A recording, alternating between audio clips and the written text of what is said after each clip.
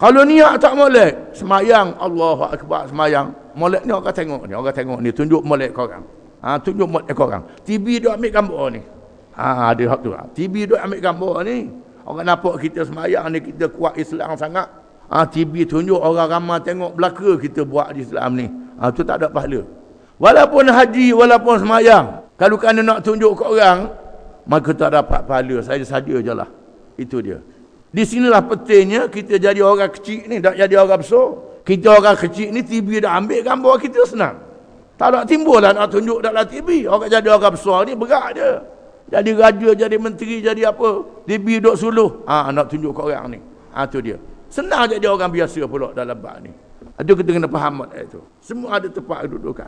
Tapi kalau kita tunjuk contoh yang baik kepada orang, kerana Allah Ta'ala, orang ikut kita apa yang kita buat, boleh pahala yang sangat besar. Bergantung pada niat kita pula.